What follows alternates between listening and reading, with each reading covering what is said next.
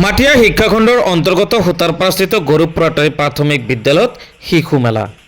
অসম চৰকাৰৰ শিক্ষা বিভাগে ক শ্ৰেণীৰ পৰা ছাত্ৰ ছাত্ৰীৰ শাৰীৰিক বিকাশ, ভাষা বিকাশ, সামাজিক বিকাশ, বৌদ্ধিক বিকাশ, প্ৰাক সাংখ্যিকতাৰ দক্ষতা সাধনৰ উদ্দেশ্যে প্ৰতিখন বিদ্যালয়ত ছাত্ৰ সমাজৰ মাজত আয়োজন কৰিছে শিশু মেলা তথা শৈক্ষিক মেলা। আন বিদ্যালয়ৰ সমান্তৰালকৈ মাটিয়া শিক্ষাখণ্ডৰ অন্তৰ্গত হোতাৰপাৰাস্থিত গৰুপুৰাটাৰী প্ৰাথমিক বিদ্যালয়তো অনুষ্ঠিত হয় শিশু মেলা। গৰুপুৰাটাৰী প্ৰাথমিক বিদ্যালয়ত অনুষ্ঠিত এই শিশু মেলাত ছাত্ৰ ছাত্ৰীসকলৰ সৰ্বাংগীন বিকাশৰ উদ্দেশ্যে বিভিন্ন কাৰ্যসূচী ৰূপায়ণ কৰে।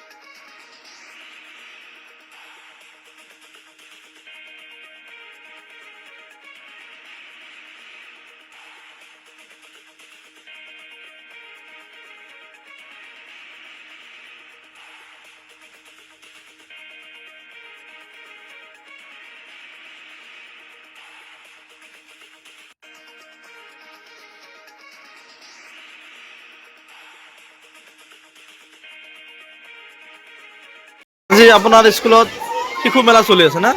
কি ক'ব? ক শ্ৰেণীৰ ল'ৰা ছোৱালীৰ শিশু মেলা চলি আছে। মানে অন্য বছৰৰ দৰে এইবেলি আমাৰ বিদ্যালয়খন পৰিছে শিশু মেলাৰ কাৰণে। সেয়েহে আমি আমাৰ বিদ্যালয়ৰ তৰফৰ পৰা আমি শিশু মেলা অনুষ্ঠিত কৰিছোঁ। কিবা চৰকাৰী নিৰ্দেশনা আছে? হয়, চৰকাৰী গাইডলাইন মতে হৈছে। কিবা চৰকাৰী মানুহ আহিছিল নেকি? হয়, ব্লকৰ পৰা মানুহ আহিছিলে, অফিচাৰ আহিছিলে। একদিনেই হয়? এদিনীয়া। অঁ, কোন ক্লাছ, কোন শ্ৰেণীৰ এইটো? ক শ্ৰেণী। ক শ্ৰেণী। ক শ্ৰেণী। আচ্ছা, আজি এইখন স্কুলত শিশু মেলা হৈ আছে, কি ক'ব? এইখন স্কুলত আজি শিশু মেলা হৈ গ'ল। শিশু মেলাত নানান ধৰণৰ মানে সামগ্ৰী সংগ্ৰহ কৰা হৈছে। অৰ্থাৎ শিশুসকলক একগোট হৈ এইবিলাক কেনেকৈ পঞ্জীয়ন কৰা হয়, কেনেকৈ ভাষাৰ বিকাশ হয়, কেনেকৈ সংখ্যাৰ বিকাশ হয়, এই বিষয়ে নানান ধৰণে ব্ৰাঞ্চে কামবিলাক বা শাখাই কামবিলাক কৰিছে। আৰু শিশুবিলাকৰ শাৰীৰিক মানে বৌদ্ধিক বিকাশৰ কাৰণে যথেষ্ট আহিলা পাতি যোগাৰ কৰা হৈছে, এইবিলাকৰ পৰিচয় কৰি দিয়া হৈছে।